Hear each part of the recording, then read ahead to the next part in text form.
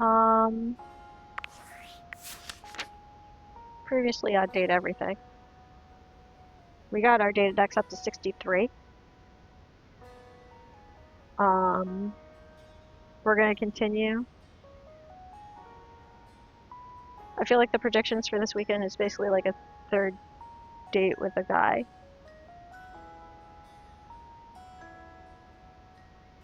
Because nobody can tell me how many inches we're gonna get.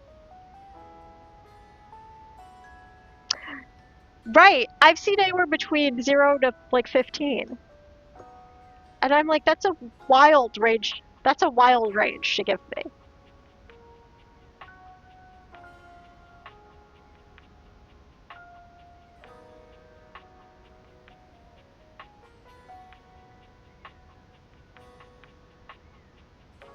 I've seen 12 to 22 with that.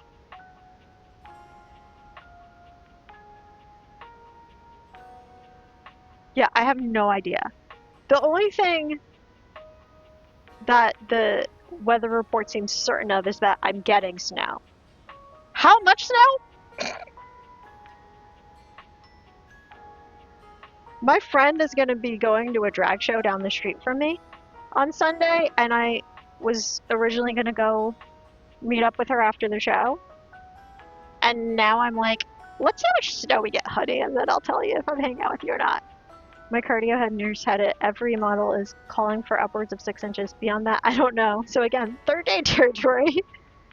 Alright, so I think my game plan is still just wander around and see what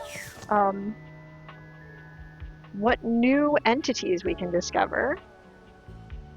And let me get my date everything note out.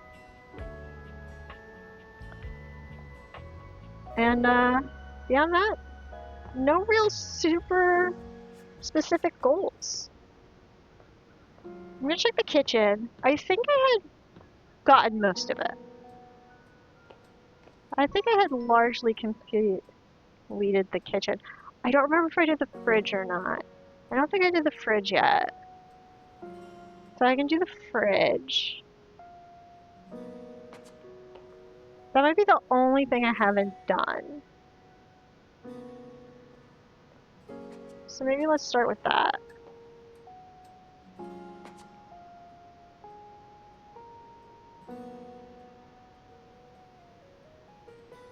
And then go from there.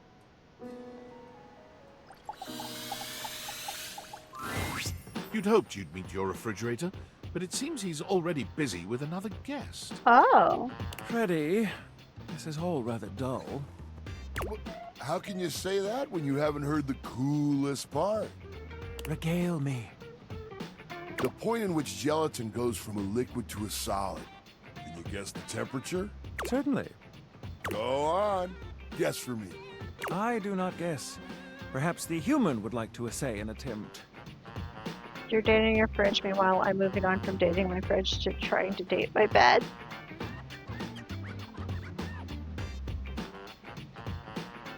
Oh honey, been there, done that.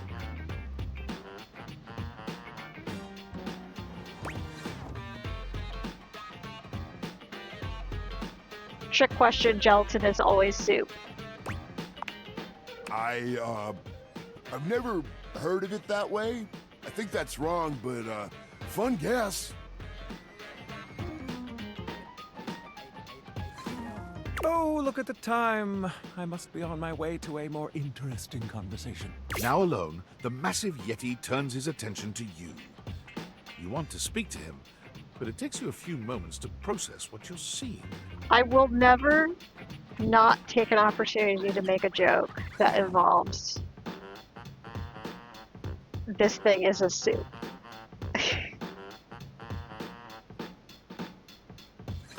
Yep, that is indeed a Yeti. Massive, furry, and decked out in his finest winter wear. Huh. He ran like he didn't want to be here or something. But you, with the answers and the listening, that can only mean one thing.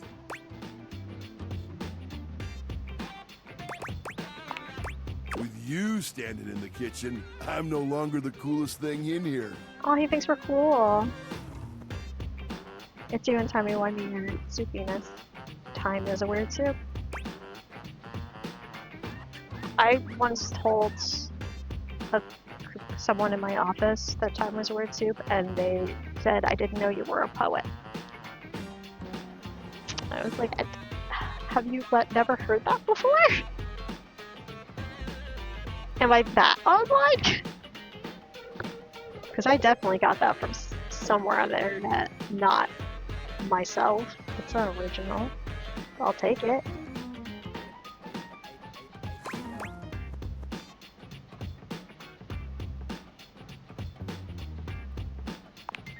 That's me.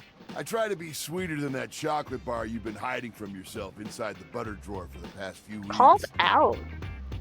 Don't worry. I'll never tell. No Discord live post. Did I do the thing again where I post everywhere except my own Discord? Sure as fuck did, thank you.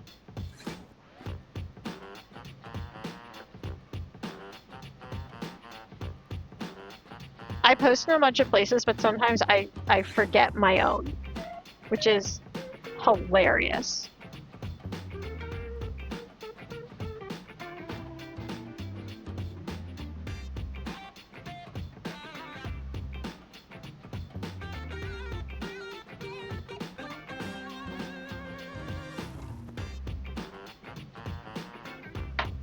Ugh. And I just, even though I already showed off the swag, I just did the copy and paste that I did for everything else. I didn't feel like editing it, but thank you for letting me know. I'm like finally making my rounds, so I tire. Yeah, I have this really bad habit of making the Discord rounds on my Go Live post, but skipping my own Discord. And I even made I have a note, like a digital post-it note, that has a list of all the servers to post to. And it even has a note that says, don't forget your own. And I still sometimes forget.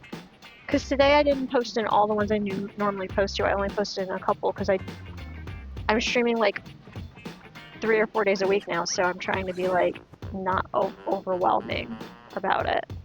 And today I'm kind of tired, low energy, so I was like, I'll only post a couple of them today. Now ignore that server and use a share one for a community of us. But really, to what does old Freddy here owe the pleasure of this Winter! Posts like the US post, which I'll use to mail you cooked pot. Stop, Winter, no! I need to get that sound. At this point, the sound is just going to be clipping me saying, Winter, no!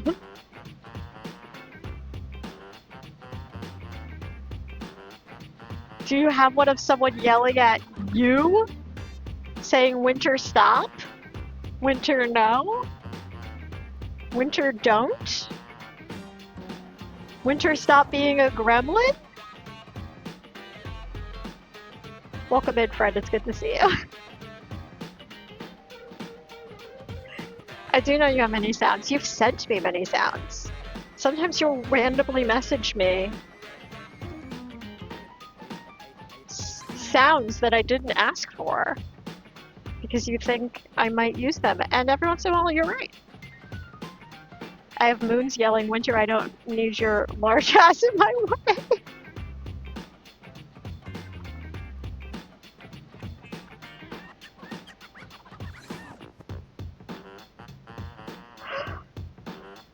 Oh, that's good.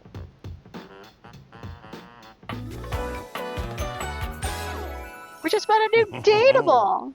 Freddy Yeti. Use our fridge. Oh, did you make another order to food fetch? What did you get this time? I can't eat after midnight because you're supposed to stop eating like 2 to 3 hours before you go to bed. Especially when you have acid reflux, or you'll die. So, midnight's when I cut myself off from eating foods because I go to bed at like some time between 2 and 3 a.m. And then I wonder why I'm tired all the time. Did Did you order sushi? Oh, I love it when you get those little rolls that you have the tiny bubbles on top. No, wait. You know what we haven't had in a while? Burritos. Ooh, we do like a good burrito. Wait, you might want to hold back on the beans because, well, I don't you know put why. beans in my burritos, though. I'm picky about beans.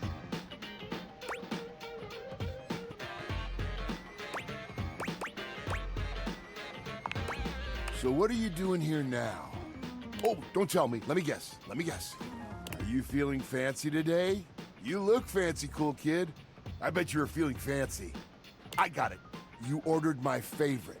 That duck from the one place that I can never pronounce. I love duck. Duck's pretty tasty. Oh, I have the audio of AOC saying, "Oh, girl, baby girl, don't even play."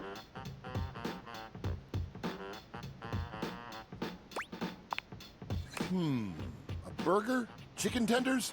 Empanadas? The fridge is making me I hungry. love when you use food fetch. The possibilities are endless. As endless as they can be within a 10-mile radius.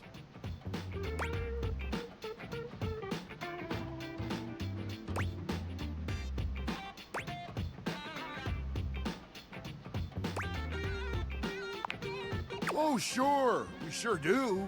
You sound so adult, cool kid. We have food at home.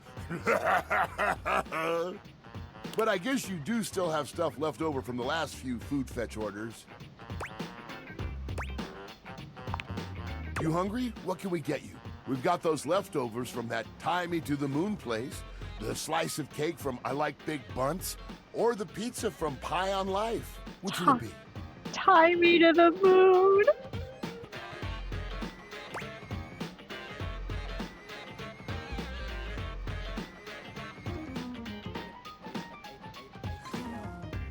Ein Moment bitte.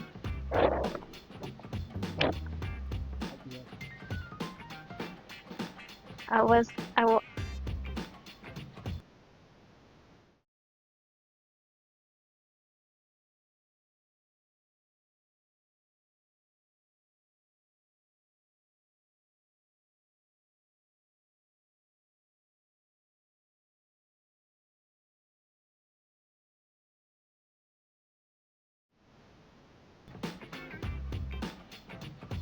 One day I'll teach him to not smooch right into the microphone. Scabby's is going away, so he wanted to say goodbye. Spectacular.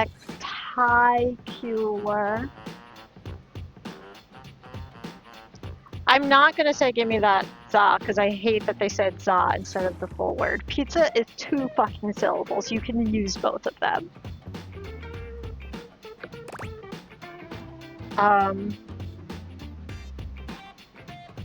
It's morning. It's morning. Breakfast cake? Yummy. I like Big Bunts and I cannot lie. I like big butts and I cannot lie. I'm still surprised that you had the willpower to save this thing. This peaches and cream bunt cake is just bursting with flavor. Okay, peach is a fruit, so it's kind of breakfasty. No peach flavoring here, cool kid. They use the real stuff. I did try it out a bit as I held it for you. Easy fix, though. Get 2 paper towels, kind of moist, put one under the slice and one over it, then slide it into the microwave.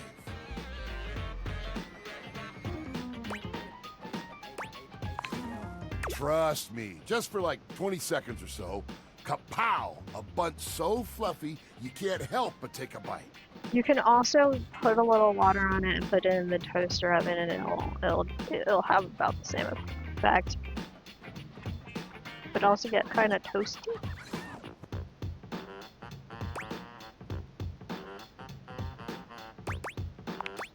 Next time you're feeling peckish, you know where to find me, cool kid.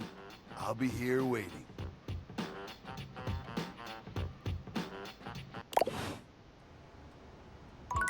We made new friends!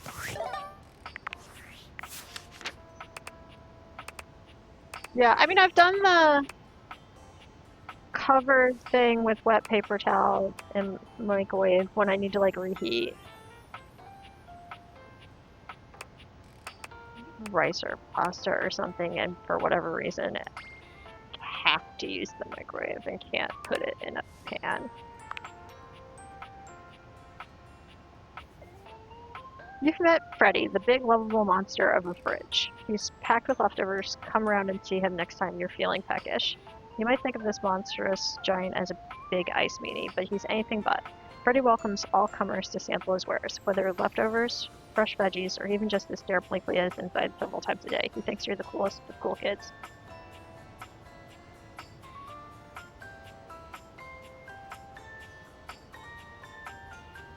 Likes food preservation, dislikes anything uncool. Oh, that was Fred. That was Fred that was voicing Freddy. That's why that voice sounded familiar. I think that's it for the kitchen, unless there's like a tiny something that I'm missing. Right, and we were in this room.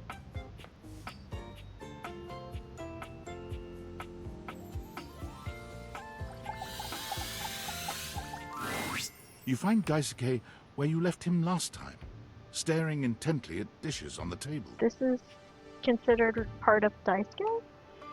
Daisuke's just any dish? Okay, interesting. Unlike the last time, however, he has a list in one hand. I might try for the sponges too. See if the sponges are anything.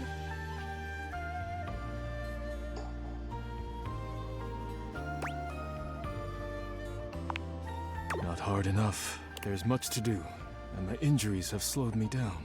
In addition to inventory and keeping track of all the dishes, I'm also in charge of deliveries throughout the home. It should be dish K then.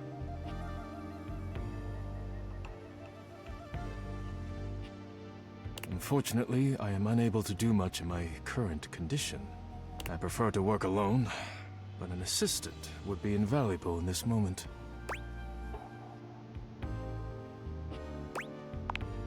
You wish to right this wrong? Good. I have preparations I must first finish.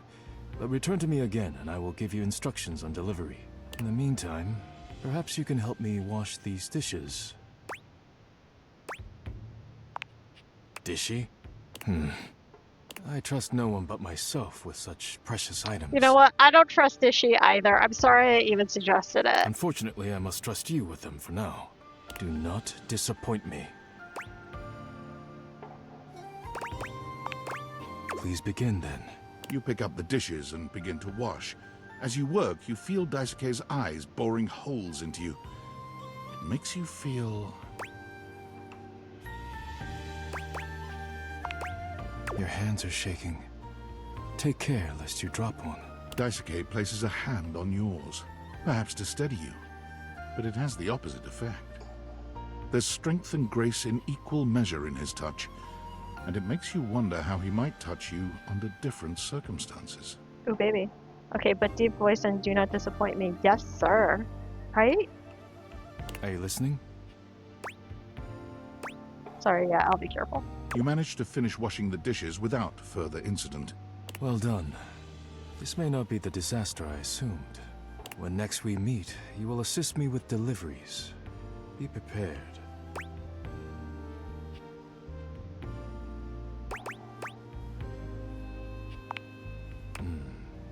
Complete these deliveries, and all will be well once more.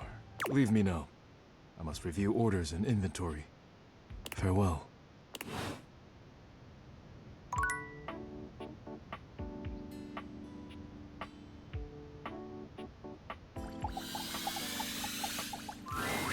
You're back! So the sponges are a part of Sinclair. Okay.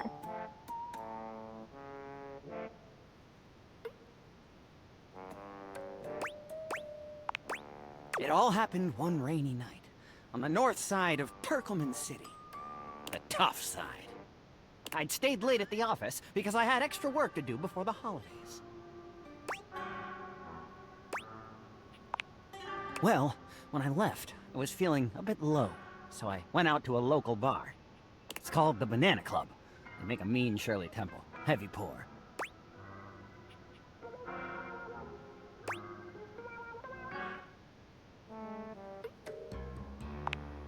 Devastatingly potent? Yes. Sir? A recipe for disaster? I know. I shouldn't have indulged. Did you let the sugar go to your head? What? I should have known better. But after I'd had about 7 of them, I went out for a stroll. I don't know where I was going. Just trekking the streets with my dog. Suddenly, I came upon a fine dining establishment called the Questionable Dandelion. They've got an incredible buffet. Lots of strange ingredients from all around the world. I'm not going to any buffet called the Questionable Anything. They're always trying new things. Like Diplodocus berries. What now? Kronos, welcome in. Thank you for the hydrate.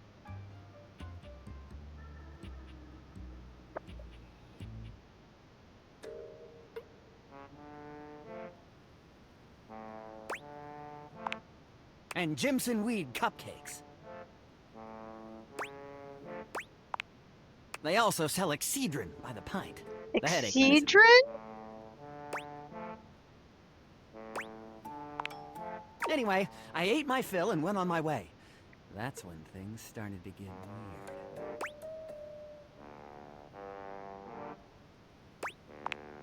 weird. No!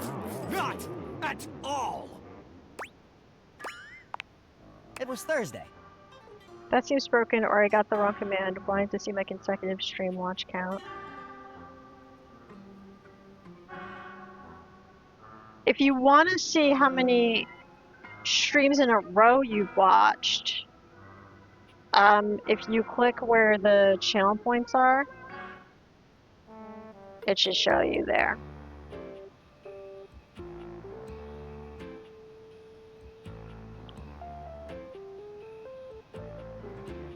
For like stream streak things. I don't know what that watch time command is, but it does seem very broken.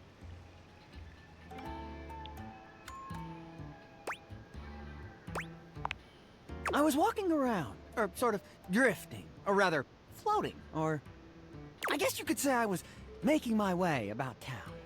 Aimlessly, you see?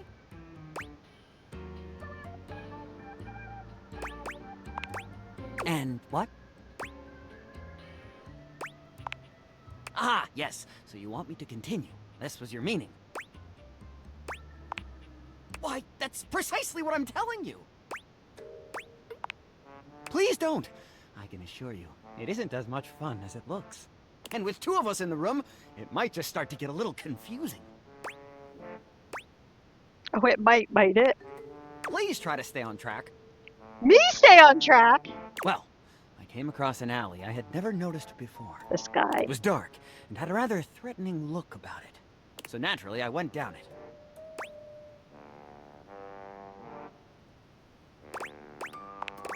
I wandered down the alley and came to a door, lit by a red light.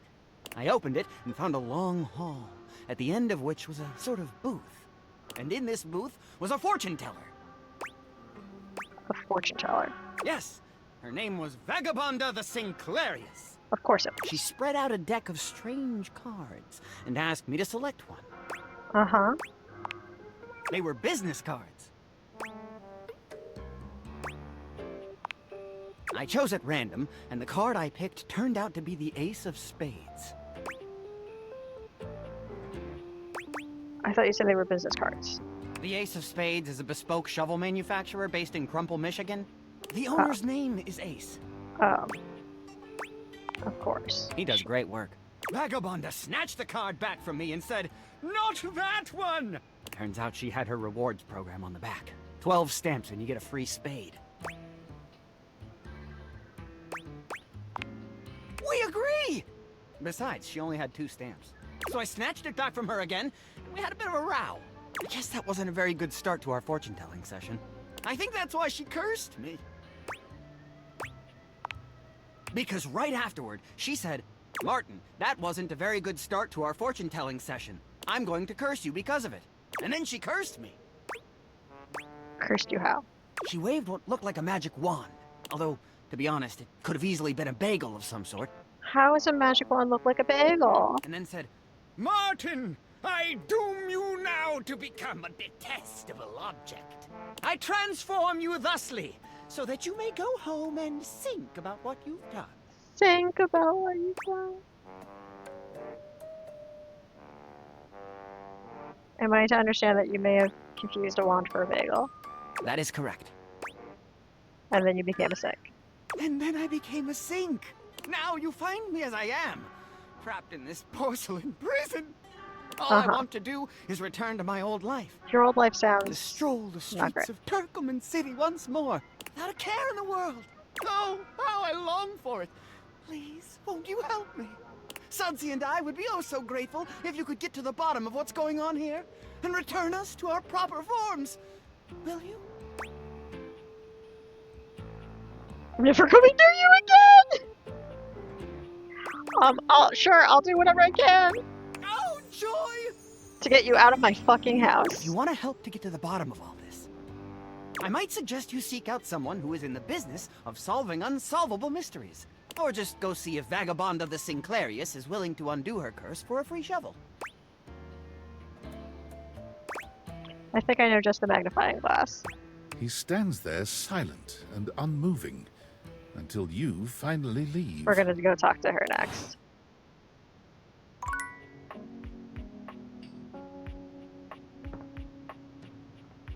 I think. I just want to make sure there isn't anything in here that I want to interact with. We're gonna go talk to the magnifying glass next.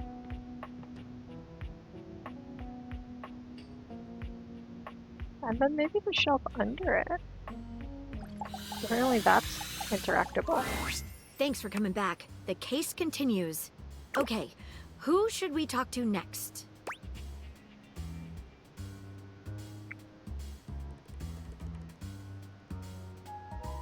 Lux or who?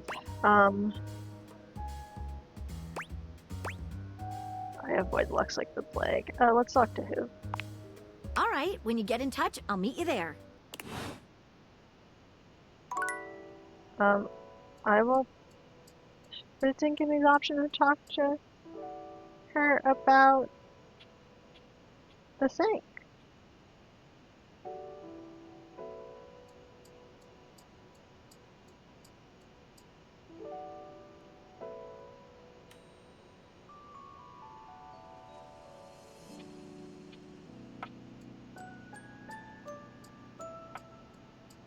I'm gonna make a note. I'll talk to who next day. I want to do this. I want to see what this is about. A well-muscled athlete stands before you, shifting restlessly from one foot to the other. There's a strange air of anxiety to her, despite the broad smile plastered on her face. She seems a little too happy to see you. Hey, what's up, pal? How are you?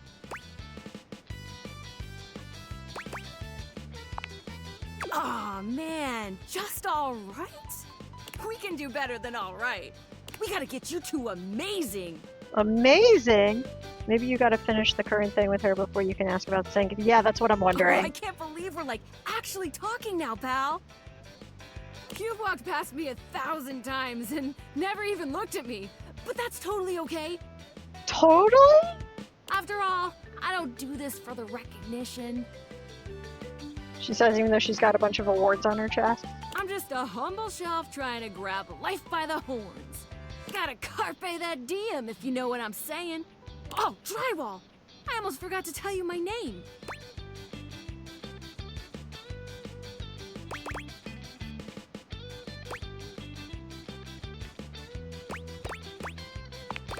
I'm breathing just fine, buddy.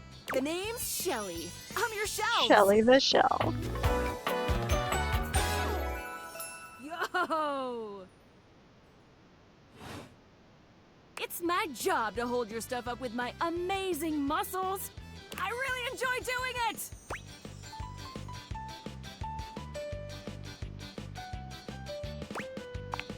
Great! Truly glad to hear it, Bromy G. Anyway, it's really great to hear from you. This experience is 100% aligning with my years-long fantasy of meeting you. I've never truly been happier! Truly?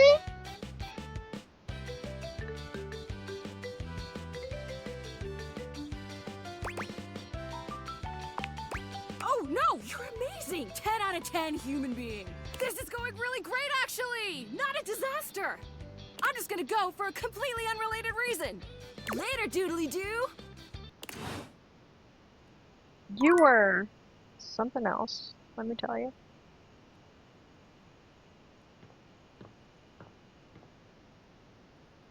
Oh yeah, I also wanted to talk to Kurt and Rod from this room to see, because they have like different stuff they say.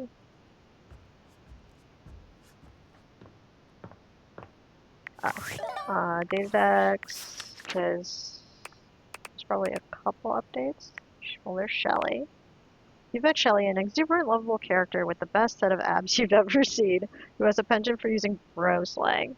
Shelly has always been one of the lads. She's down to get dirty and messy and isn't afraid to take risks. Shelly's the kind of shelf who grew up playing sports and was always tougher than the rest of her friend group, but has a heart of gold. Shelly is a real pal and probably one of the best you'll ever find. She spends most of her time being so supporting and lifting others up and will always have your back. Does it come off as being high-strung sometimes? Sure, but that might be due more to a bracket mounting problem than anything else. Likes stability, dislikes volume control. Voiced by Abby Trott.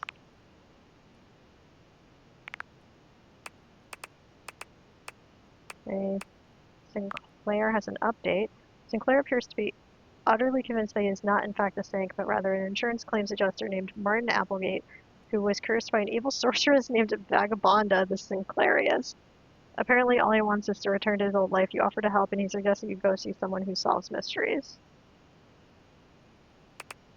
Sure, my guy.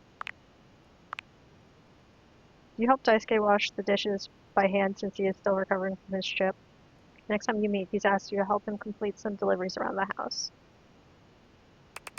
I think it should be everything.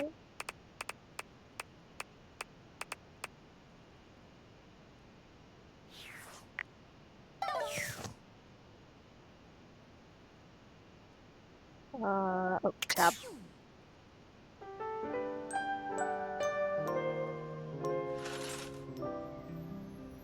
Okay, so we need to talk to who?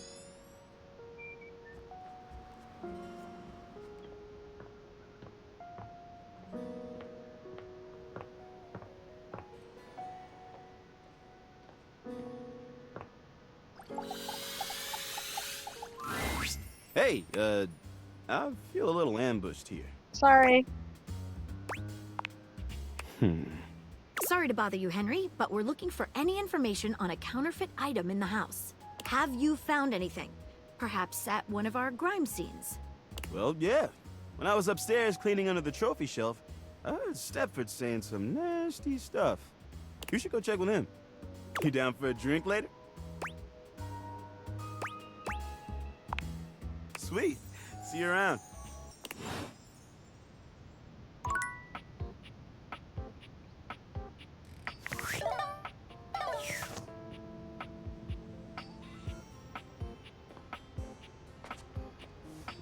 Stepford.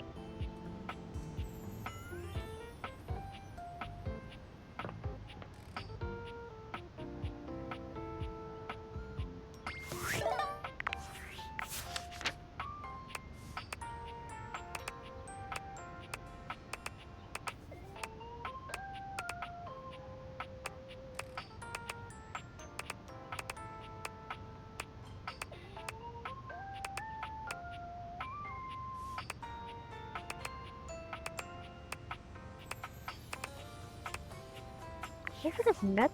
Who am I met?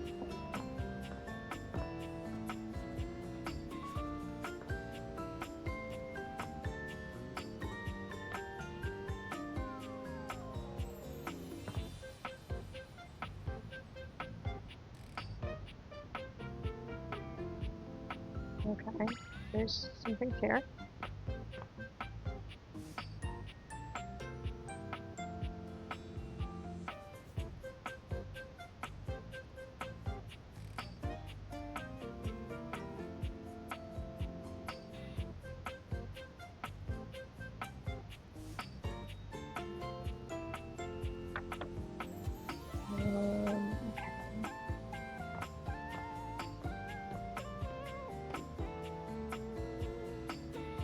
Evaluating what's my options are. We got some towels here. Have I talked to a towel yet?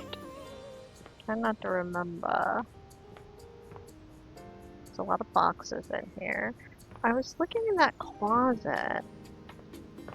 I don't know if this would count as a box or something separate, and I don't know if that counts as something different from like the lights. So I'm thinking of clicking on those and seeing what happens. The handsome construction worker currently invading your space makes you feel as though you've accidentally wandered into an active building site. He holds up his hands to stop you from going any further, glaring at you as he looks you up and down. Whoa, whoa! Where do you think you're going? Hey, I'm walking here. What about the trophies? Who are they? I'll go look later. I can't let you in here without the proper PPE. Yeah. Tony? Guy talks like a fucking pony. Tony puts his fingers to his mouth and whistles. Hey, oh, get him out of here. Your hard hat, your boots, your high-vis vest. Come on, this is a job site. Don't even get me started. Not when Johnny Wannabe next door's got a whole garage to himself. I mean, I'm talking wall-to-wall pegboard, 6 kinds of saws. Oh, and he's got this 12-inch auger. Man, those things go deep.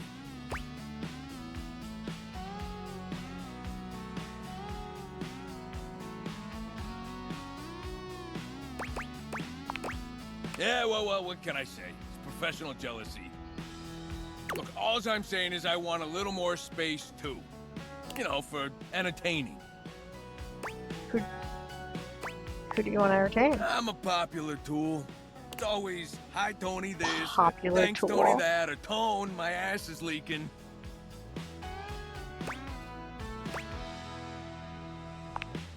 Jean-Loup. Incontinence. You didn't hear from me, though. HIPAA. Anyways, objects need somewhere bigger than this to come see me for what ails them. And, sometimes old Tom might also want to have special company over. You know what I'm talking about, huh? Tony nods, grinning smugly at you. Sir, we just met. I wish I could sass. I wish I could sass. Special company makes me break out in hives.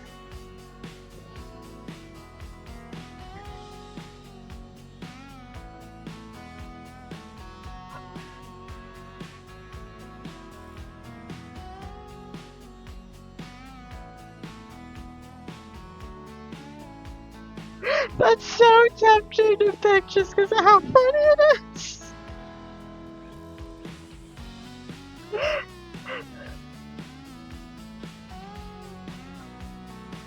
But I'm gonna go, hell yeah! I just love them. I love that it's an option. You know what I'm talking about. Oh, he sparkles. I'm not wooing at him though. What a zinger shutdown. I love it. Hello, Strawberry. Welcome in. So, is he a vampire then?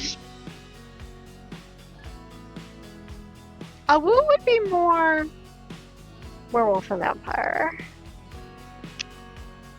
Either way. I mean...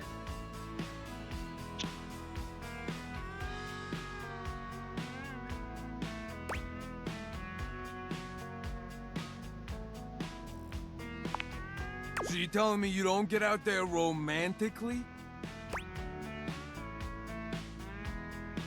It's bleak enough out there as it is. Old Tony knows complicated, but you could probably pull more partners with better days. He's a polished instrument. Twilight vibes with the sparkles. I know, right? Vampire sparkle.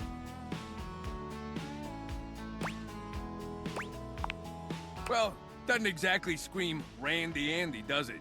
Randy Andy. A romantic prospect wants to know that you know your way around the toolbox.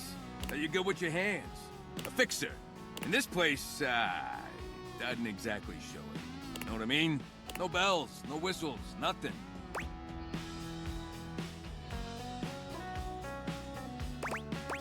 I can do it myself! Is that code for something? A drawbridge. A drawbridge? Think about it. Your lover pulls up for a date and the drawbridge lowers to let him in. Pretty freaking impressive, huh? Oh yeah, I got everything I need on hand. Why? The flat-looking screwdriver, the pointy star-shaped one, a hammer, and that spearmint gum you've had in here since April.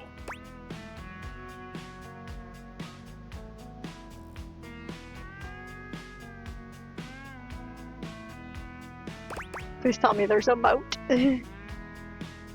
Look, I'm just saying, when the robot wars happen, they're not going to be able to get past a moat. Absolutely, you get it. Water damage waiting Which to leads happen. into my next idea. Indoor slide. Okay, now you've lost me. If you got a drawbridge, you have to have a moat with it. It's the law. See, Kronos gets We it. get rid of the stairs, replace them with a slide. I mean, stairs are my mortal enemy. Great to travel from upstairs to downstairs. And the staircase actually hates me right now, so maybe we do gotta evict her. What about going from downstairs to upstairs? This is a good question to ask. Way ahead of you. All us construction guys do this. It's an industry standard. You ready? I know what he's about to suggest. Grippy socks. That's actually not where I thought he was going. I thought he was gonna suggest some kind of like pole situation or ladder.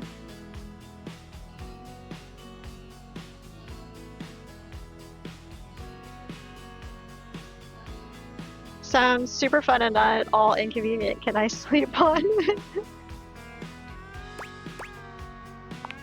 Of course you can. Just don't take too long. I tend to book out 6 to 8 weeks in advance. Now, how do you feel about indoor pools? Okay, stop. Because if we rip out the floor in the living room, we can No. get you an indoor pool. No.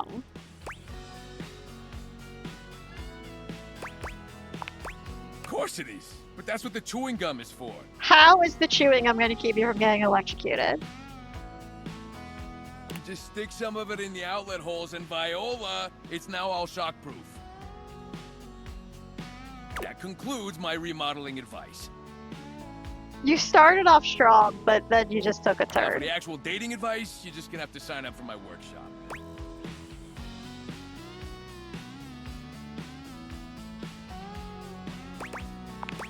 Come on, I'm giving it to you for free. You want to word that differently, buddy? Everybody's a critic. I'm gonna make it real easy for you. You wanna take my workshop, all you gotta do is show up. No paperwork or nothing. He's batting his eyes at me. I think we're Now, I flirting. don't mean to hustle you out of here, but I gotta take lunch. No, I don't think he does. I don't think he does want to reword it. Aurora, do you like this one? Am I allowed to date this one?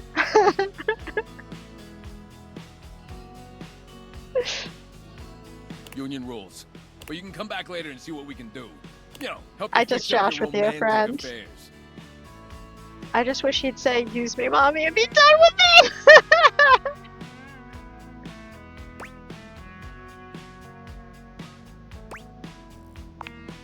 I'll see you around.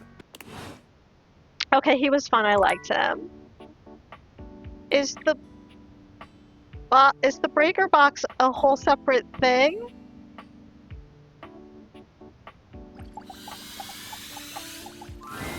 You walk into what you thought was your breaker box.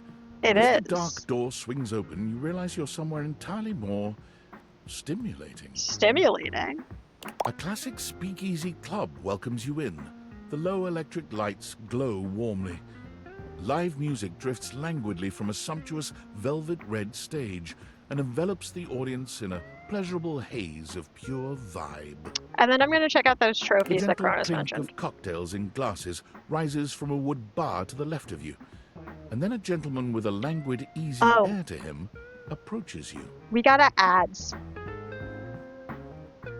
Well now, what a delightful surprise.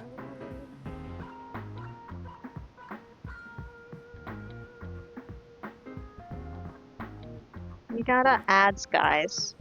We're gonna talk to our breaker box in 3 minuten. In 3 minuten.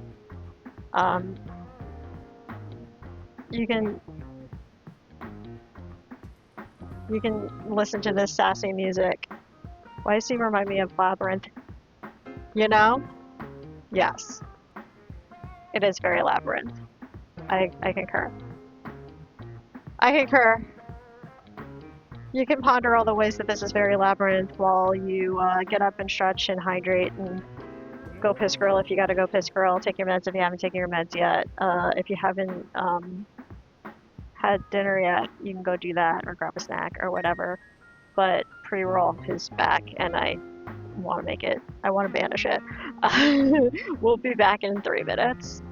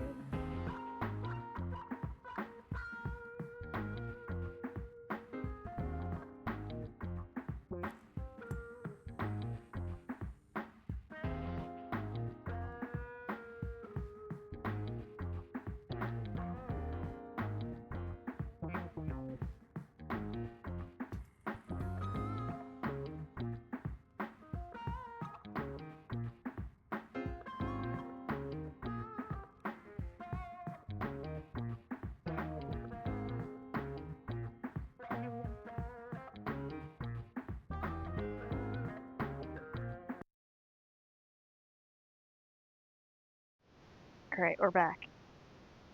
We're rocking and rolling. I'm talking to this Labyrinth looking motherfucker. Also, did you know that if you have Amazon Prime, you can support the stream and subscribe for free? I know a couple people in chat that have already used their Prime subs here, and we heckin' appreciate it. A brand new patron.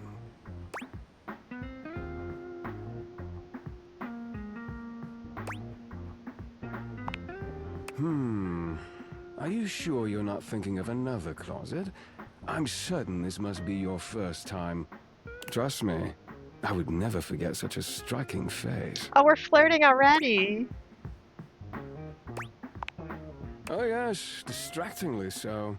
I imagine it would be quite difficult to focus on anything else with you around.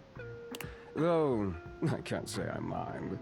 You have quite the reputation around the house, live wire. Oh, we have a reputation. I'm eager to explore it for myself. But we're getting ahead of ourselves. Where are my manners? My name is Volt. Okay, the breaker closet is extremely horny. Everything in this closet wants to bone.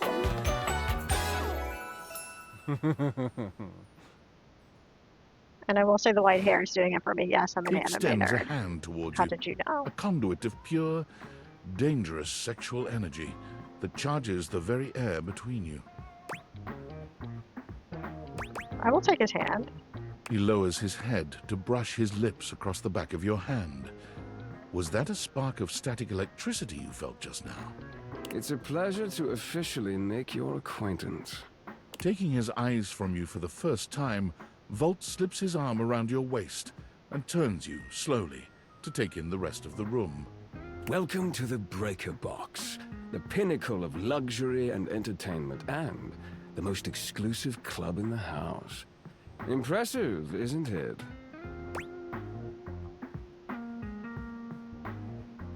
I think I just figured out the voice.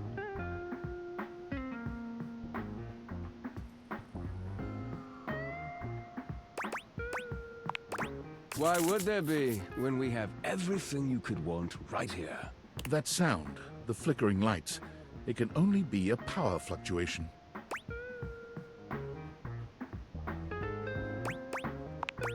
What? Oh, that. Well, that was nothing, just a little surge. With this much energy coursing around, it's bound to happen from time to time. Volt.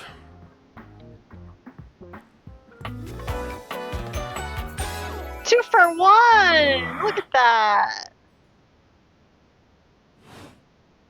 This newcomer looks exhausted, frustrated, and annoyed. His sleeves are rolled to the elbow, revealing calloused and bruised hands that he wipes on a rag. Eddie! Just in time to meet our guest. The human? What are they doing here?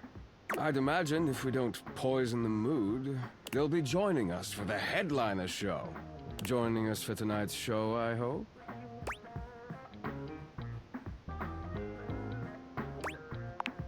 Careful there, Livewire. I might just take you up on that. Right. We'll have fun with that. I finished the patch, I'm clocking out. Not my best work, but it'll hold for the show. Ah, I see. And you're sure you're feeling all right?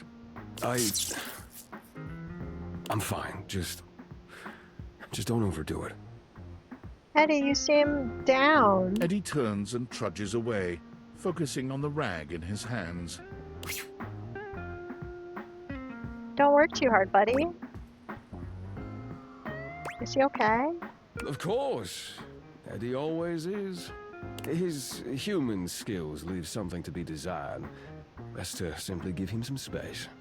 Back to the matter at hand. Tonight's show! Shall I set you up at one of our VIP tables?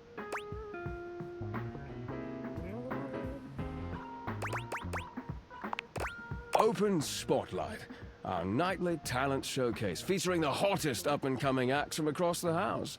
It's a real crowd pleaser. Oh, that does sound Shall I fun. set you up at one of our VIP tables?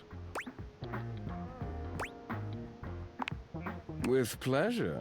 With a wink, Volt hops nimbly up onto the stage. He was born for the spotlight. Good evening, you scofflaws and ducky watsits. Looks like Johnny Splash is going to be singing for us tonight. Be warned, patrons, you might get wet. Ooh. Hi, everybody. I'm Johnny Splash. Johnny! I got a song for you all tonight. One from the heart. I haven't visited Johnny in a while. And tonight it'll be a cappella, because my voice is the greatest instrument of them all. I keep a close watch on this shower of mine. I keep my forces free of stain and grind. I scrub the ground from the tiles between the lines. I be a clover. Oh, slide. That was amazing, baby. I even surprised myself. I've seen many bombs in my time, but that one takes the crook-blasted cake. Oof. Even I couldn't clean up that mess. You didn't like it? I thought it was okay. I'll retool it and come back with something even better. Just you wait. With the club beginning to close down, it appears that the show is over. Patrons mill about, talking amongst themselves. You spot Eddie nursing a solitary cocktail at the bar. Volt is nowhere to be found. Things feel colder and quieter without his presence. I'm gonna talk to Eddie. Show's over. Club's closed.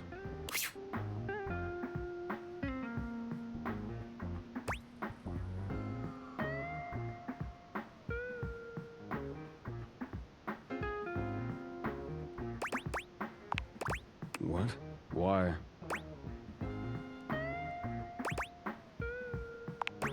I wasn't. Happy? You can go now. Are you always this oblivious? Rude, I was just trying to be nice.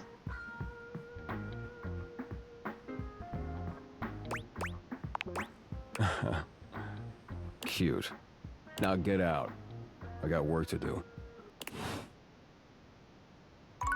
Eddie's mean. Maybe I can get through to him eventually. I'm gonna do the trophies next, but I wanna...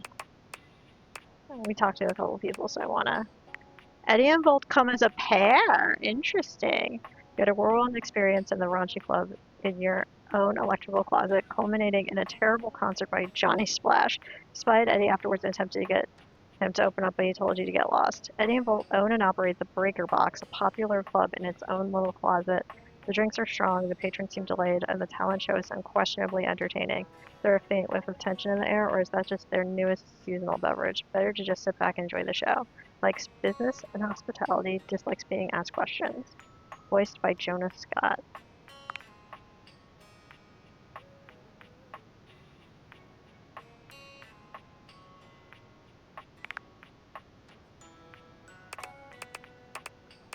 And I should also have one from Tony. There we go. You've got Tony, a rough talking tool, slinging guy ready to tackle anything that needs fixing or improving. Is he Italian? We don't know. He pitched you a few projects and eventually invited you to his workshop on romantic affairs. Come on back next time for your love workshop. He's not a tool, he's all the tools, baby. Box costs extra. If you take heed of his sleazy lessons, you'll do just fine. Likes giving workshops, blueprints, lunch breaks. Dislikes specificity. Voiced by Roger Craig Smith. Heck yeah!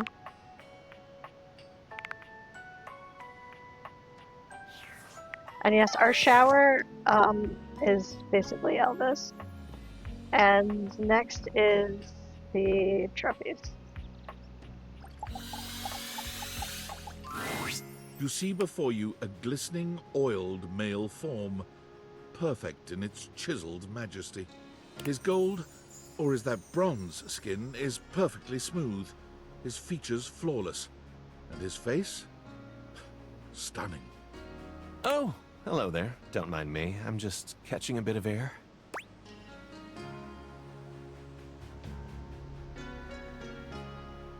Don't worry, I'm just watching. Oh, yes. I am rather worth taking a look at, aren't I?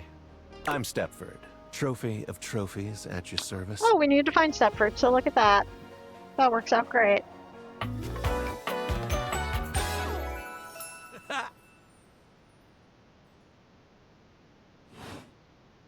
I've just been standing here all covered with oil, waiting for a good sunbeam to come along.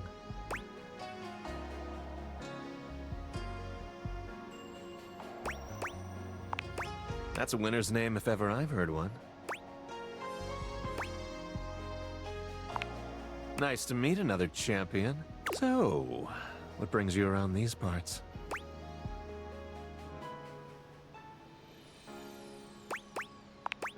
Well, everything's going along well here. First place and all that. Saw the trophies when you moved around the room and didn't remember seeing you talk to them before. Yeah, good call. As it so happens, I have a self-tanning appointment coming up. Can't be late. But I'm so glad we met. Come and see me again soon, won't you? I'd love to, ask your opinion on something. Sure.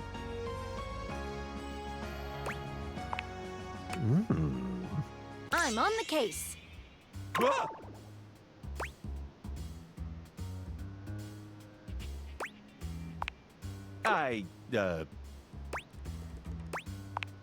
Did you say counterfeit objects? Is that what you said?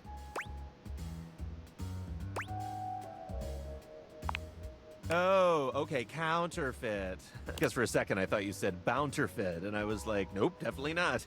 That would make literally no sense.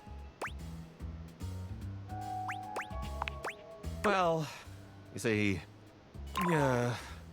A single drop of sweat slides down his temple. He's starting to sweat. It was him that started the rumor. No, I'm only sweating because I just came from thinking about a workout. Thinking about a workout.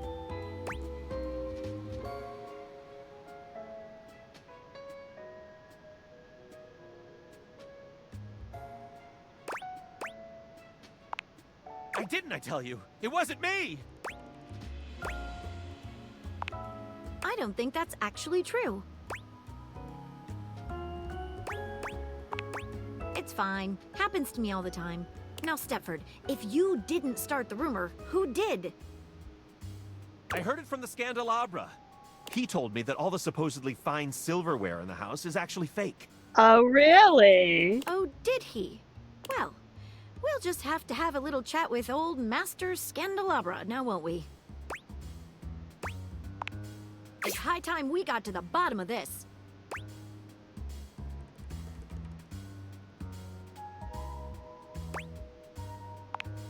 Ha! I'll meet you at location 1.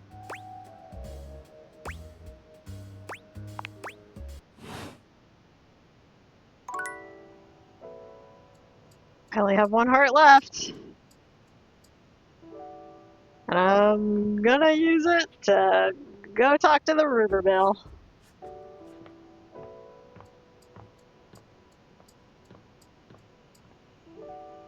Talk, buddy. Scandelabra leans in close, inhaling your scent in a way that's just a little too intimate. You smell of spheres. Have you been talking with Gaia? What's to you, buddy? Ha! I am as un-American as you can be. My gait, like so. My accent, like so. My mien, like so. Why, I couldn't tell a hot dog from a hamburger. Those from Hamburg are rather Frankfurter-shaped, if you must know. I would know, as I'm continental. End of parley.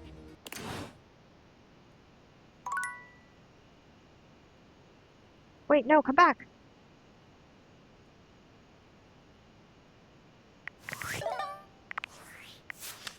Maybe I have to talk to Maggie? Okay, I'm gonna rest.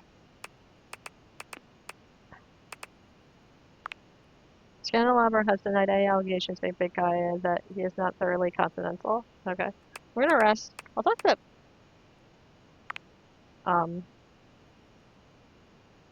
maybe I'll talk to Maggie? You and Maggie investigated the case of the tarnished silver further with Stepford and found that the trail led to the Scandelabra. Meet at location 1, the dining room table, for further sleuthing. No, it says meet at the dining room table. Maybe I have to do it tomorrow. Maybe she can only do 1 part of the mystery per day.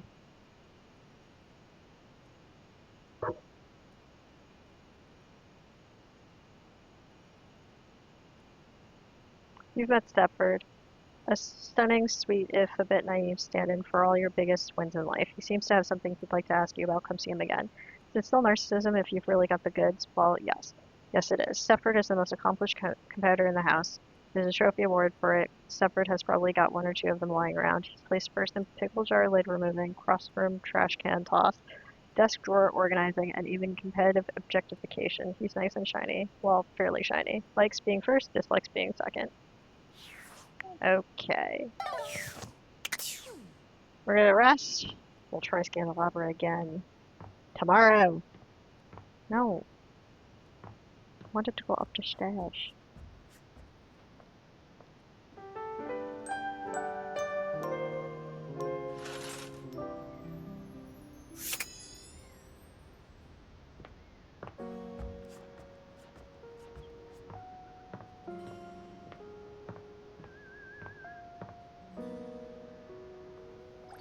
Try this again? Ah, you. You have been awfully rude. Trust me, everyone knows about that now. Everybody. And you return. Like me, your curiosity for scandal keeps you coming back for more. So, I will allow you another chance. Would you like to hear the latest gossip? I'm just trying to get an ending with you. That's the spirit. Well, well. Scandal time! This housedom, while it may appear peaceful from the outside, in fact, harbors a hotbed of scandal from the inside. For example, did you know that the previously paired aerialists, Washford and Drysdale, are no longer speaking to each other? Yeah, I actually did know that. Next! Were you aware that known vagabond Bobby Pin is on the loose once more? Can you imagine the heist they are planning? Can you imagine the romantic dalliances as they make their way through the house? More scandals abound. They say there is a shadow that does not obey the laws of physics. A true scandal that undermines the physical realm. Oh yeah, we've met. You know of the Lord of Shadows? He will not speak to me. Well, we're Something to besties. do with flames casting out light or some such nonsense. My esteem hardens and rises. But I am not finished with the daily scandals, no. One has heard of self-insert, yes? Could you imagine a video game in which all the creators inserted themselves at once at the same time? Such a thing is not imaginable.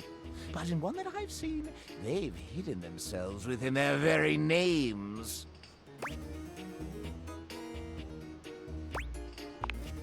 Oh, yes, indeed. Critics hate that sort of self-referential garbage. Very well. One last scandal. There's no possibility you've heard of it. Long ago, a relic was stolen from an island nation, brought to these shores, and hidden underneath this house in a box. Surely you haven't heard this yet.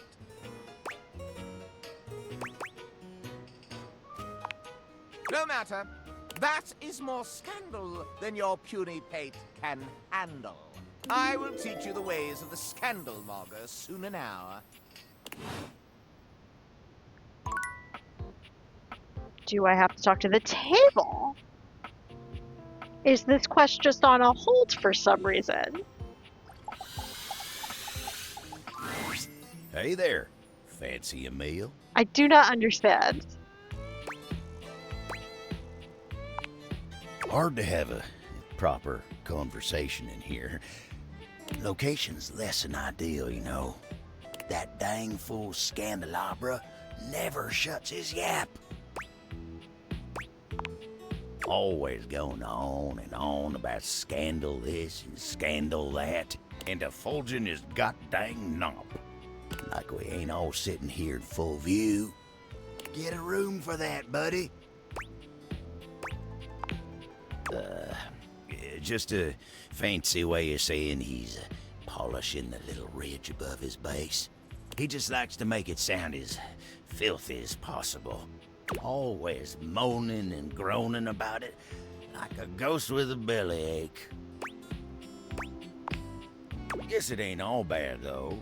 At least we got rainy, sweet music here. Yep, makes putting up with Scandelabra a little easier. Oh, but look at me jawing about all that like we ain't got nothing but time.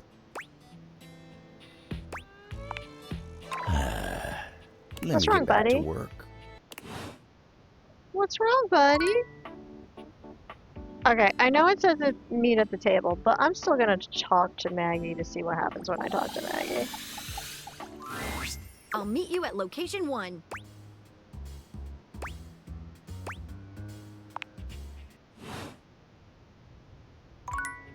All it does is say meet you at location 1, and then I say see you there.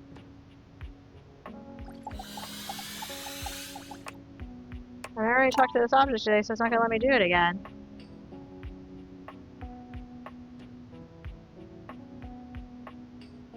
When I tried to talk to him, he just rambled on and on about rumors and didn't give me an option to talk about the quest. I'm gonna make a note of that.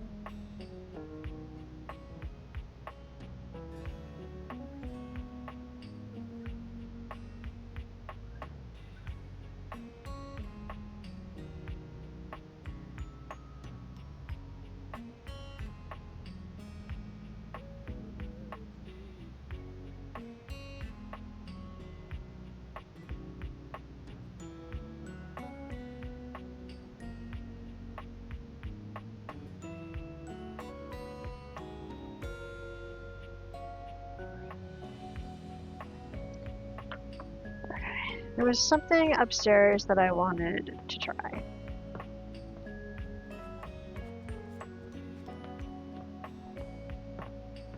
I don't know if I've talked to this. Ah, man, this isn't where the This is experience is for considered part today. of Dunk. Okay. We're meeting at the weight rack. See you tomorrow.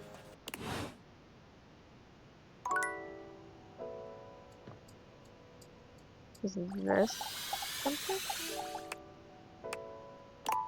That's probably also part of Dunk. Okay. That's a bunch of boxes. Dunk is probably just all of the exercise equipment. Wonder what the teddy bear is. There's something so intensely familiar about the cuddly stranger standing in your closet. What starts with a P, ends with an S, and trans girls miss having them.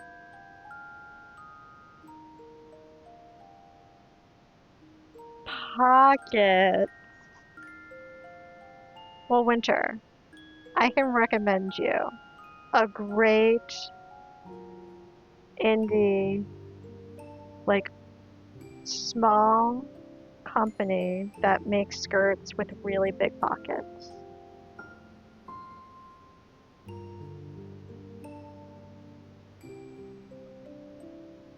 I own 2 of them. They're actually really good.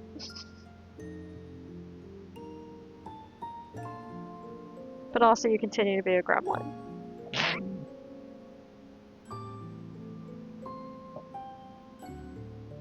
The combination of his massive stature and the soft materials he wears produces an almost irresistible urge to hug him. And the aura of safety he emanates certainly doesn't help. Well, well, well. Aren't you a sight for sore eyes? Do we want to date our teddy bear? Yeah! Munchkin, you do not skirt anywhere near as often as I do, so if you have 2, they must be quite legit.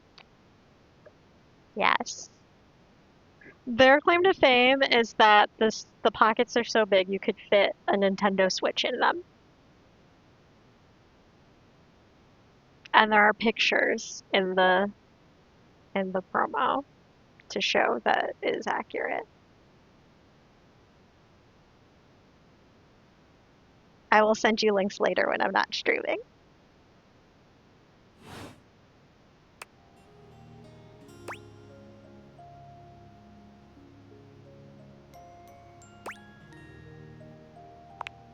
Well, I'm kind to everybody. Well, almost. Everybody. I try to be kind as much as I can, but sometimes considerate is the best I can do. Kindness is not a bottomless well, you know. Some people can't receive it when you offer it. I think of kindness kind of like really good peanut butter. For people who like peanut butter, who savor it, who appreciate and enjoy it, I give them a lot of it because I get it back and boy, it feels good. But for people who don't like peanut butter, who scrape it off or who don't even notice when they've gotten a big, thick layer of it on their Sammy, why give them more of what they don't want? No hard feelings, you see. But if you don't like peanut butter, it's okay. I got jelly, too.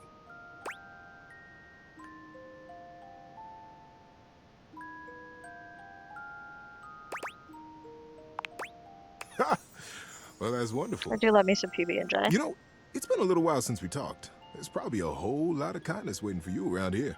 Tell me, what brought you around to see me?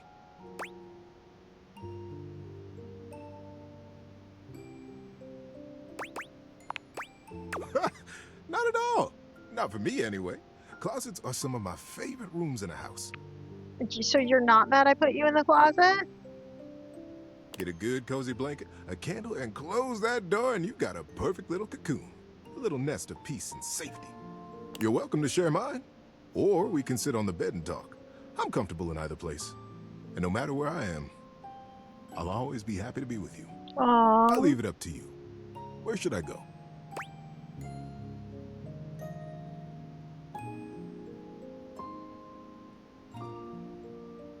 Where do we want our teddy bear? Let's put him on the dresser.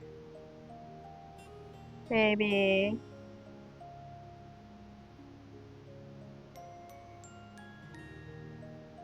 That way he can be displayed better than in a closet. But I don't think I need him in the bed with me. I'm okay. Closer to you? I love it. I've got a terrific story lined up for you tonight. Are you ready? Being that it's getting to nighty-night time, I got a story to help you drift off to sleep. For me, whenever it's daytime, I'll give advice. But at sleepy time, it's story time. That's so cool! So you get different things depending what time of day you talk to him. Wanna I hear my love story? that. I bring no bears into my bed immediately. Aurora.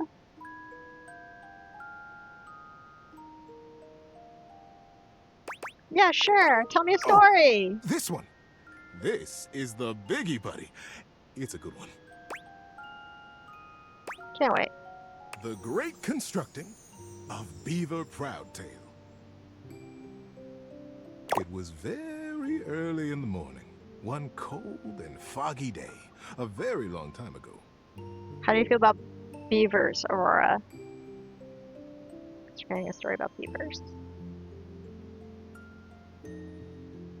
Young Beaver Proudtail was walking quietly They're and kind of like efficiently otters. through the dugout tunnels of his den, his trusty stick tucked confidently under one arm. It was at this time every morning that the young beaver made his rounds, through the whole den where his colony lived, and then up and out the riverbank, where the world he knew, the world he vigilantly protected, met the strangeness of outside. Beavers are not a gay subclass. They could be. We can make them one right now. Unless that's a derogatory term for somebody with a mouth constantly full. Aurora. His large tail balanced him expertly as he climbed the long entrance tunnel to the surface, occasionally using his dignified stick in an undignified manner to scramble up the pathway. As he heaved himself out onto the bank of the river, Beaver's attentiveness grew even more acute. It was dangerous to be outside alone. The Great War with the colony across the river had been going on for as long as he could remember, and a fair bit of time beyond that. I'd apologize, but I'm not sorry. You're all welcome. It seemed like there had always been the war. He couldn't remember any outright battles or even any scrappy skirmishes, but they were definitely at war. He was sure of it. I mean, he looks a little bit like Tellurix Ben Kronos. When you think about it. I had one of those when I was a kid. The Teddy Ruxpin. If you think about it, as an adult, the Teddy Ruxpin, terrifying. They should make a horror movie about that.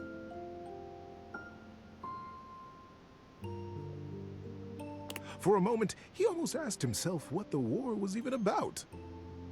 But he forgot to finish the question. He was very young, after all, and what did it matter? The colony was on the other side of the river, and beavers didn't even cross rivers. He smartly tucked his stick back under his arm and began his patrol. So many steps this way, a scrutinizing scan, and so many steps back. But today, something was different. On the other bank of the river, through the fog, he heard the distinctive sounds of battle. "On guard, ye scum-footed knave," the voice cried. "Defy me at your peril." The sounds of the wood clanging against wood echoed through the fog. Hey-ya! Pow! Bing, bang, boom!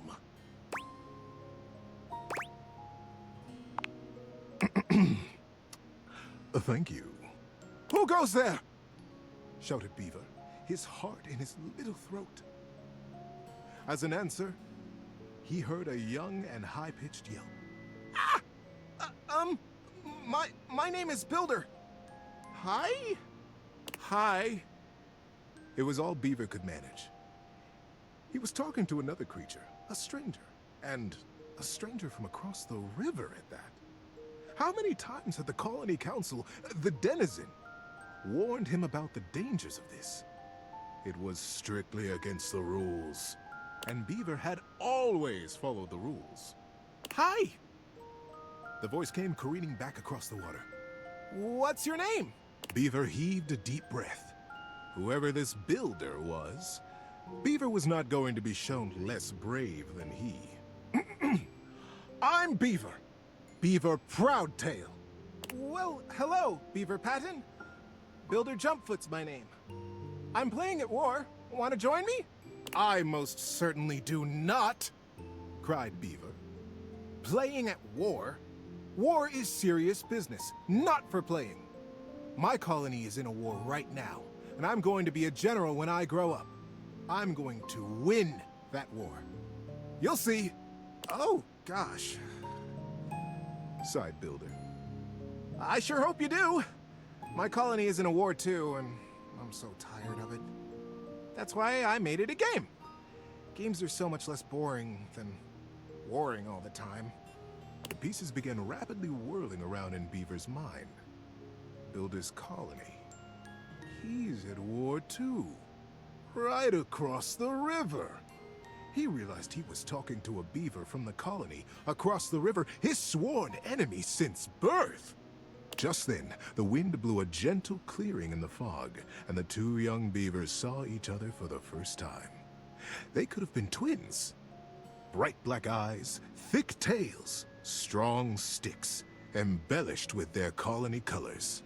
Builder's face broke into a broad grin. "You look just like me!" Scoffed Beaver. "I'd say you look just like me!" Builder laughed. The two regarded each other in amazement for another moment. It was the first time either of them had seen a denizen from the other colony. Builder leaned down and hefted up a perfect pebble from the riverside. Not too big, not too small. He tossed it up. With perfect timing, he swung his stick easily, and Beaver heard it crack as it met the pebble in midair and sent it winging across the water. Instinctively, Beaver reached out and caught it in his paw. Now he was accepting contraband? What would his parents say?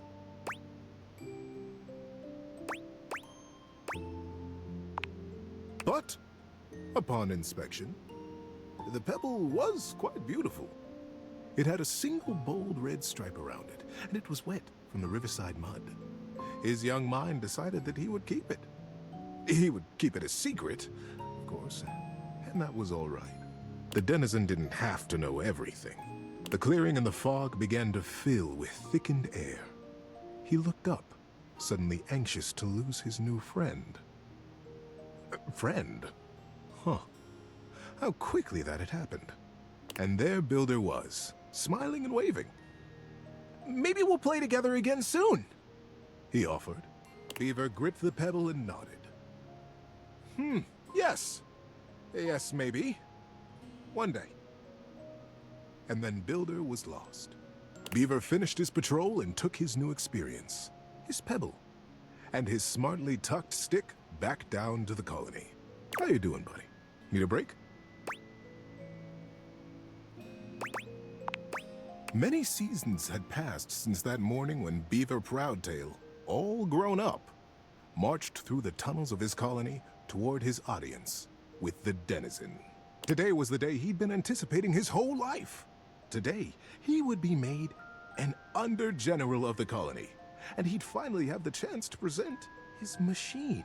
See, the machine he envisioned was a daring one. He was prepared for pushback and doubt from the council. The longest, in particular. The longest had been the leader of the denizens for most of his life, and she was not always interested in things new or unfamiliar. Beaver's machine was both. But he believed in it, and he was determined to persevere. He rapped on the denizen chamber door. Knock, knock. "Enter!" He took a deep breath and pushed. "My goodness, Beaver," sighed the longest, brows knitted. "This machine is quite an undertaking, and you won't even tell us what it does." "Yes, ma'am," Beaver nodded. "It must be kept a secret, for now, but I promise it will conclusively end this war." The longest considered. "Normally, I would say no. Unfamiliar can be dangerous, and outright new, well..." She stroked her silver-gray whiskers. The other council members watched her reverently. "But we have all seen the construction beginning on the other side of the river. We have no way of knowing what they're up to, and it would be irresponsible of us to take no action at all. They're doing something. We must do something too." Deep murmurs of assent rippled around the small stump table. "And we trust Beaver. He is our newest under-general, after all." She winked in his direction. "If he believes his machine will truly and finally tip the balance of the Great War in our favor..." She paused. The silence was agonizing. Beaver kept his eyes fixed on the wall just behind her head, patient. His paw unconsciously turned and returned a small pebble in his pocket, caressing along the line of a single great red stripe. "Then permission is granted." Beaver let go the breath he had been holding. "Whew. Begin construction as soon as you are able, Under-General. And good luck." She smiled warmly, but the burden of her long years of leadership showed through her sagging cheeks. "We will be watching." Beaver smartly untucked and retucked his stick, slapped his tail once against the packed ground in assent. "Yes, ma'am. Longest. I'll begin right away." He turned on his heel and marched out of the chamber. It was the first day of summer. It was going to be a long and exciting season. At first, the build crews the longest had placed under his command were reticent. "What are we building?" they would complain. "What does it do?" When Beaver said nothing and admonished them to follow instructions, their eyes flickered nervously to the building across the river. "Maybe it's something to help us fish the river," Corinth Blue Eye speculated. "Did you hear? Denny Strongpaw almost got swept away yesterday. And his whole crew." "He did? But Denny's the strongest fisher we have." Shelby Tunneler sighed. "Ah, this river. It's so fast." Yes, yes," retorted Madden Sharptooth. "But fishing will not win us the war. We must focus on the war." And the others agreed and went back to their building. Sometimes the longest would come to check on the machine, casting her critical eye over every joint and pillar. Most often, she went back below with hardly a word to Beaver, appraising, wearing her doubt like a shawl. But as the summer season progressed, the mood began to shift. Crews would show up to their duties early. They smiled more. They stood up straighter when Beaver came by them or looked to them for progress. The machine, whatever it was taking shape, and its scale was impressive. It looked angry. It looked like the great weapon they all hoped and prayed it was. The crews began comparing their machine to the thing on the other side of the river. They even began trading barbs and joked with the beavers working on the other side. They pushed and prodded about who would finish their project first. Ours is a ship to go to the sky, and from there, we'll drop stars on you, and we'll win the war. Ha! Would come the reply. Ours is a wooden dragon who lives under the water, who can take us safely across this speeding river, and we'll come upon you unexpectedly, and we'll win the war. Days were marked now by hard work, and the sounds of challenge ricocheting across the water. Beaver, said the longest as she held onto his arm one day late into the summer sun, I don't need to tell you. The whole colony speaks of nothing but your machine. They are all so proud of you. Beaver nodded solemnly. Thank you, ma'am. But the season draws on. You must finish before the rains come. And then you'll have to finally tell us what this is that you've created. Beaver's paw found the lucky pebble in his pocket. Yes, ma'am. We will be done. And I will test it, and you will watch. You'll see the destruction of our enemy. The longest squeezed his arm affectionately, and together they looked out over the setting sun and the water. How you doing, buddy? Need a break? I kind of wish that there was a third option, because the story's long enough that I wouldn't mind breaking it up into chunks, but I don't want to tell him I'm bored, because I'm not bored. I just don't necessarily want to do it all in one go. I also don't know how much longer the story is. Like, it's nice that they do the check-in, do you need a break? But then the way they word it is, I'm so bored, which comes off as I'm not enjoying myself, which isn't true. I like the story. It's just really long.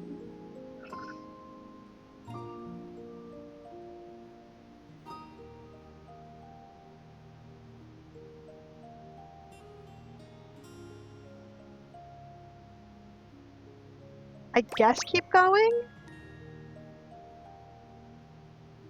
If we get a need a break one more time, I will probably say I have to bail out, because I don't want the rest of the stream to just be getting a bit, like, especially, like, it would be nice to be like, oh, I'm getting sleepy, can we do the rest later? Not, I'm bored. I'm bored is bad wording.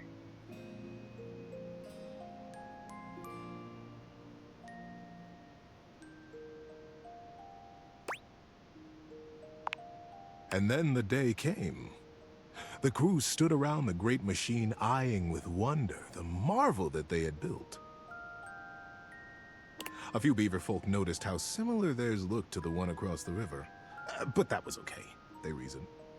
They had been built facing each other after all. Beaver Proudtail strode up to the front of his machine. With his well-worn stick and his powerful bearing, he cut quite a figure. Corinth Blue Eye and Shelby Tunneler stood just behind him, awaiting their orders. All right, Corinth. Beaver turned to face them. Do you have the rope? Yes, sir. Corinth turned to Shelby, who produced the end of a long length of woven rope from a basket in the base of the machine. Time to get me up there, then. With the end of the rope tied around his waist, Beaver climbed up to what looked like a large square of woven netting, pulled tightly back from its center by a thick cable. The cable was held by 4 whole crews of beaver folk, straining against the resistance of the net. The longest stood back at a safe distance, her shawl wrapped tightly around her shoulders to ward off the early autumn chill. Beaver settled himself right in the middle of the netting, at the last moment shaking his head in sudden memory. "Here," he said to Shelby, and handed her his precious stick. "I'll be back for this." "Back?" queried Shelby. "Ready, cruise!" shouted Beaver. "Ready under General!" came the chorused reply. "And loose!" At their cue, the crews simultaneously released their hold on the cabling, and the netting rocketed forward, launching Beaver Proudtail out into the air.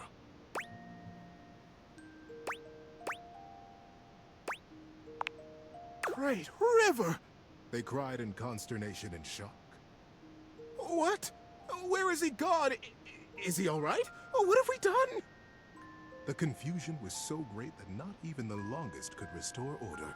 Minutes passed before another shape came sailing over the river from the other side, to plop safely and squarely into the center of the net. It was Beaver. He had the same square head and the same rope. Have fun storming the castle. Thank you for the lurk, Ashwinder. "Good Lord! What a ride! That's the most fun I've had in weeks," said the shape in the net. He began to disentangle himself and stand up. And it wasn't Beaver after all. The royal of the cruise was instant and a bit frightening. "Who is this? Who are you?" they cried, and the longest shouted at the top of her lungs, "Detain the stranger!" The crews pulled him down from the net, and the stranger never stopped smiling, greeting them warmly, even patting some of the beaver folk on the back. He looked just like Beaver. But Beaver never smiled like that. Beaver hardly smiled at all, come to think of it. "I can understand your confusion," said the stranger genially. "Beaver and I looked so much alike, even when we were kids. My name is Builder. Builder Jumpfoot." When no reply or greeting was forthcoming, Builder went on. "I'm from the colony across the river." Oh, the silence was absolute. Across the river? How was that possible? Was he a weapon? Where was Beaver? How were they ever to get him back?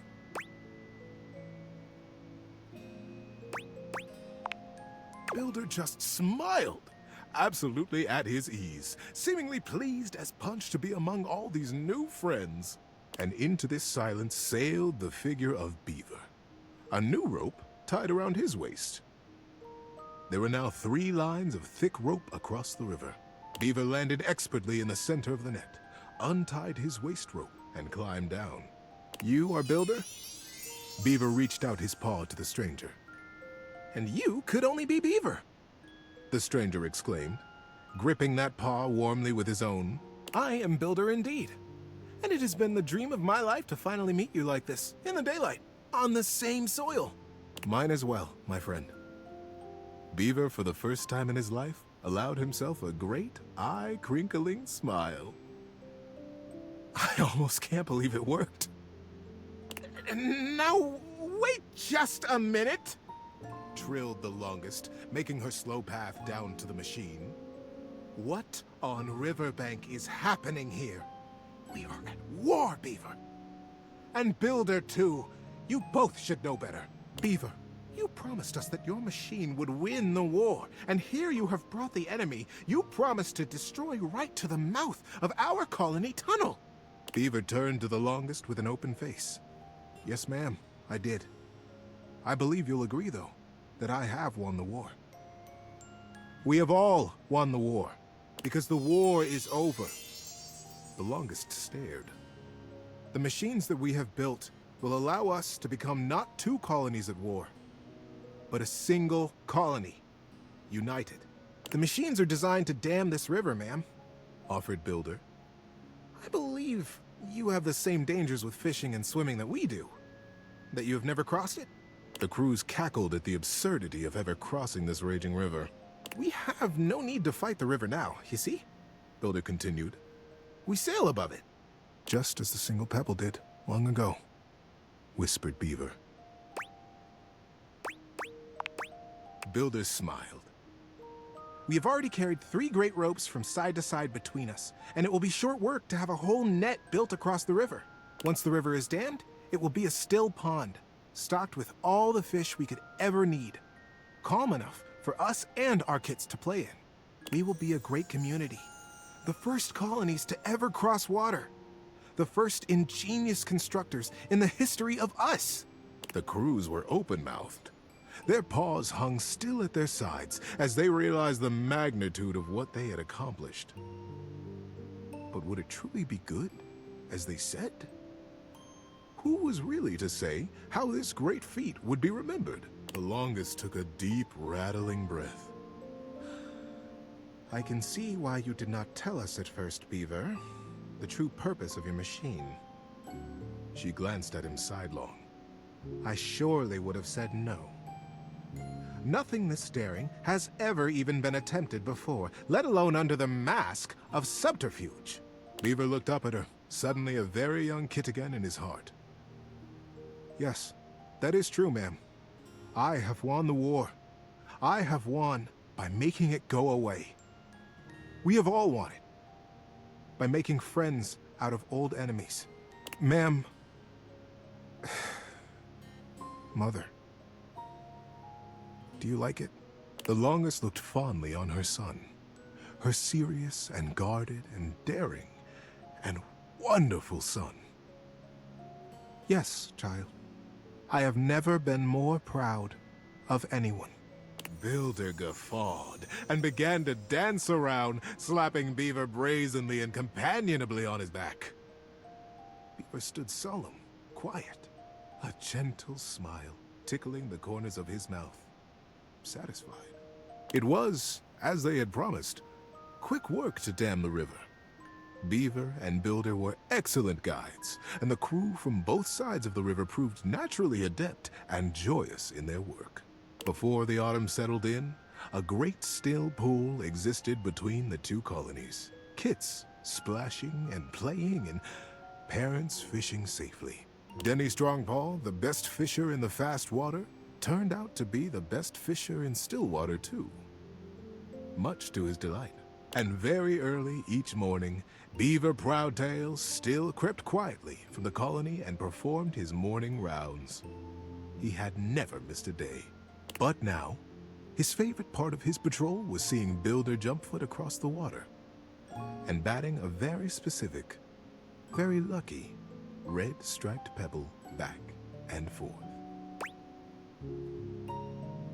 That was a very long story. You're correct, Kronos.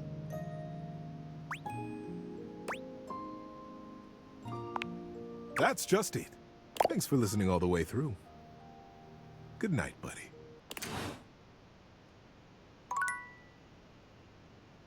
And I'm out of hearts. Like I said, I wish that the option wasn't when he checks in with you to see, like, are you okay? I wish the option wasn't to say that you're bored. I wish it was to say, I'm getting sleepy.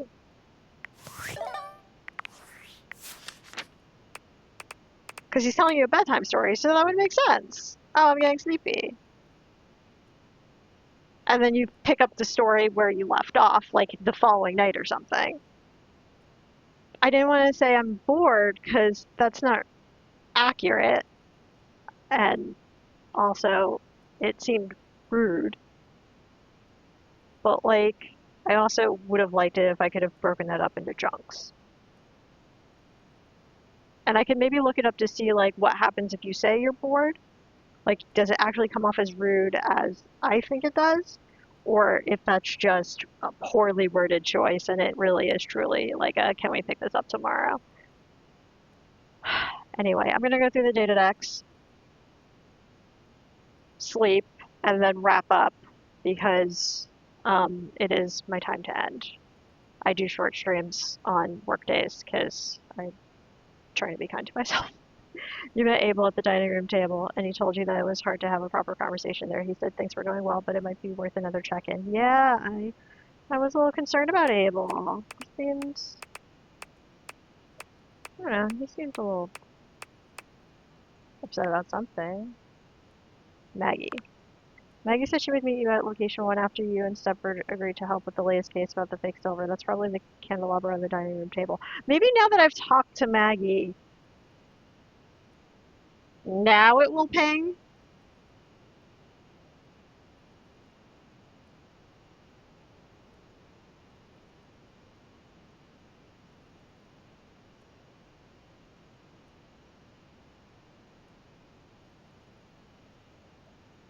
But also, we had already previously agreed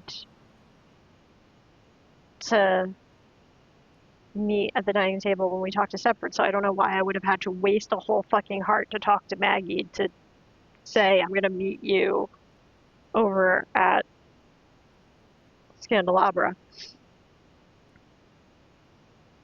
But it did update, so we'll see. Oh, we also have more rumors. Scandelabra seems filled to the brim with gossip from around the house. Go see him again for more. We're also at 69 for the data decks. Nice.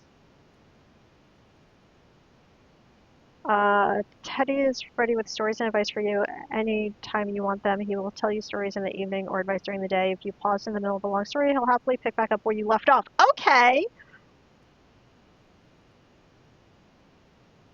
I just wish it wasn't worded that you're bored. Because that sounds rude.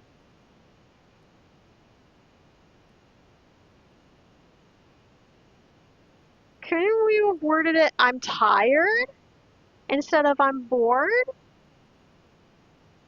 We should all be so lucky to have a friend like Teddy, and Teddy would probably be a friend to us all. My only problem there is that he's just so darned relaxing. I want to hear all of the wonderful stories he's got, but just a minute or two into them with his soothing voice and that soft shoulder, I'm asleep. Guess I'll just have to keep trying.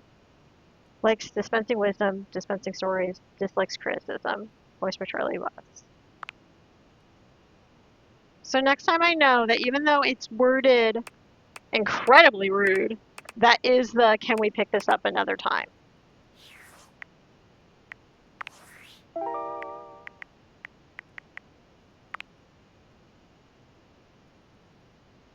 Dirk mentioned Monique is someone who gets lost in the wash sometimes. Interesting.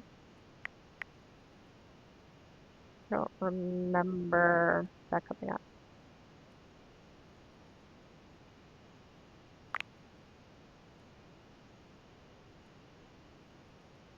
Scandelabra says there's a jewel underneath the house somewhere.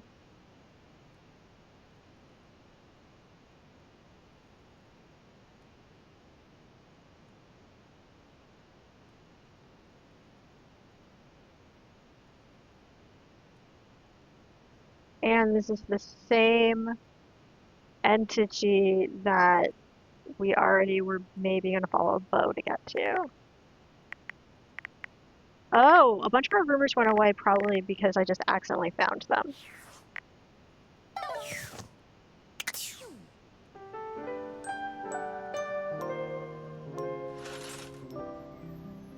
Okay, save and quit.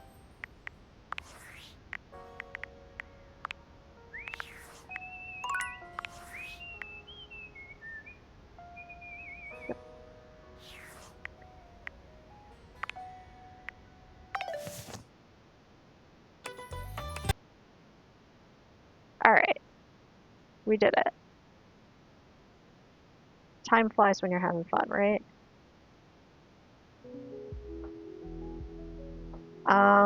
Thank you for joining me for another Date Everything stream. I know I went very all in on this game last week, but that was our only one for this week. Probably.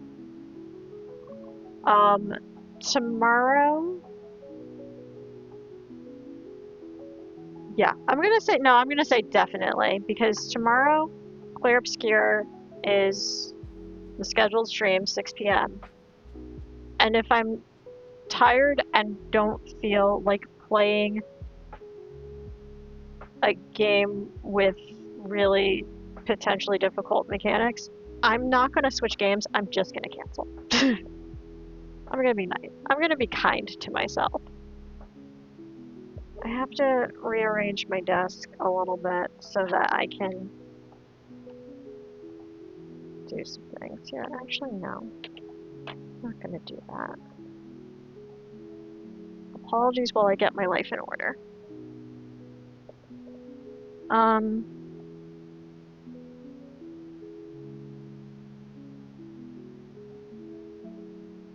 on. Come on, Lappy Top. Unlock for me. So, tomorrow, 6 p.m. Eastern Time, premiere of Clair Obscure. We can at least get the prologue done, because that's only supposed to be like 30 minutes. And we can get a little bit of Act 1. And then after that, that's it for the week. I'm gonna do editing on Saturday. And not worry about streaming. And then next week I have a very, very full week of streams next week because I added a DA2 stream because we didn't quite finish quests because I started late this week. You know the drill. If you're not already in the Discord, I put a schedule that converts to your time zone in Discord. And sometimes I remember to do a go live announcement, and other times Aurora has to remind me. These are all my socials. Blue Sky is mostly where it's at. I posted 2 TikToks, one of which I have to check to see if it's letting me share the link in other places, because when I first posted it, it said it was under review. It's the clip of me making jokes about not going back in the closet. So I'm gonna call shenanigans. I am slowly but surely uploading Date Everything videos every Saturday and edited DA2 videos every Sunday. So there's some good YouTube content for you over there. One of these days I'll get around to having something that's like a YouTube exclusive, but I just like don't have time right now. I was gonna make Clair Obscure a YouTube exclusive, and then I realized that I would take too long to play the game if I did that. That the only time I have to play games is when I stream.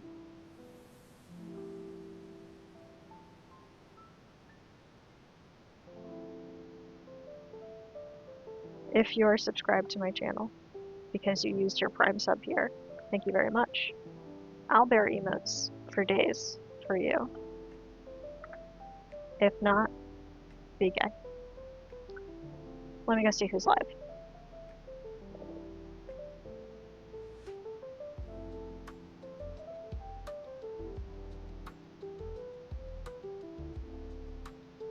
I think I know where I want to go.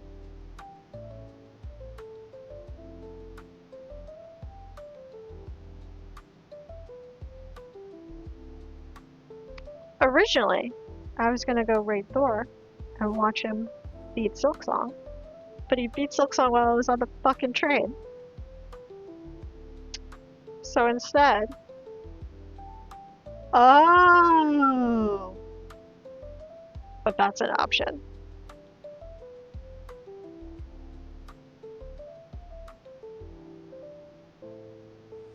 I was gonna raid Natalie, but our good friend Ray is playing Hades, and we love some Hades on this channel. Let's go do that.